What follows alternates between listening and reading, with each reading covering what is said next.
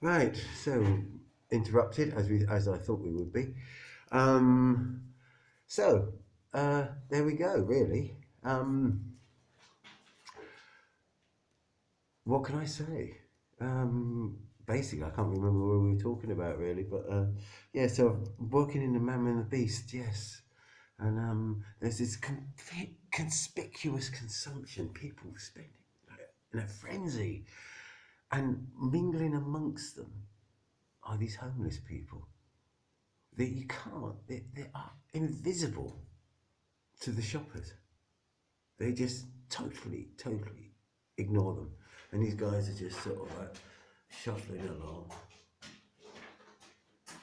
like this. They're just walking through and they're not really going anywhere.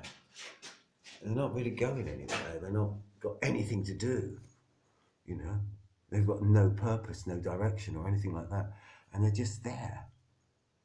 And these people, and the people who have got purpose and think because they got purpose, that gives them purpose in their life is to shop. You know, spend money, shop, yeah, go buy presents, yes.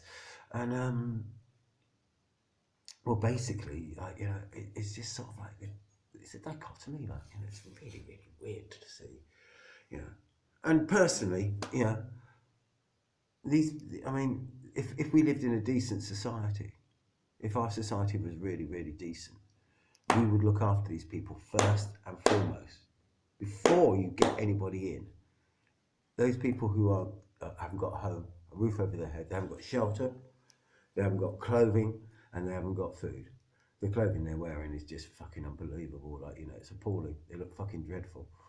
You know, it's rags hanging off them. Yeah.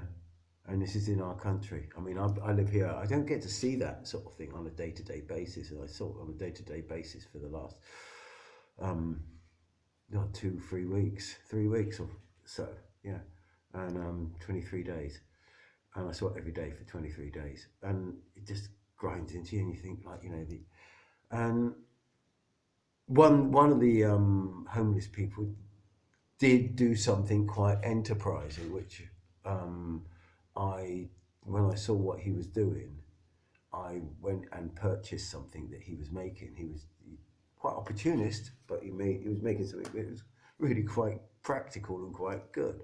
So I gave him 20 quid for one of these things. Right, okay, and I came back to the stall where I was, and all the other storekeepers are there. There's a homeless man making these around the corner,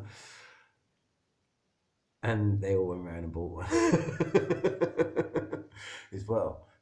Yeah, now that guy, I know because I saw him a bit later on. He had the biggest smile on his face, um, and was sort of like, and he shook my hand and thanked me. And I said, "Well," I said, "What have I done?" He said, "Well," he said, "I haven't sold any until you came along." And I said, "Well, that's how it works." Like I said, I saw. He said I've been there for a few hours with him. Like he said, I haven't sold any. Like he said, and then everybody came around from the stores and bought one. Of course, the people came around from the fucking stores and bought one. A, it was a practical product, and B, you're actually doing something. Yeah, you're actually doing something, which is of course you're going to help and reward because everybody wins. You've created a situation where everybody wins. That's what you've done. He created a situation. He made a nice thing. So we get these nice things that he made, which were chopping boards, by the way. Really nice chopping boards from recycled wood. Right, okay, that he'd made from a building demolition up the road. He saw this floor that was coming up, which really must have been an incredibly expensive floor. And he cut it up, and he had a saw, he had sand, and he had linseed oil and everything like that. And he was just doing it. And I gave one as two birth Christmas presents I bought, like, and that was one of them. And my daughter thought it was lovely, absolutely lovely, brilliant chopping board. We all need a good chopping board in the kitchen, don't we? Yeah. So yeah, he did that. Yeah, and he probably had more money in his pockets. I don't know whether he went out and fucking killed himself, like or I don't know. But he did seem to be in a much better place. Yeah, and quite because we were just slumped when I bought the first one. He was standing up. He was doing, and he was selling them. He sold out, which must have been about a couple hundred quid. Fair play. Yeah, that's 200 quid. If you want to, on that take that 200 quid, you could go to a hotel, buy a room.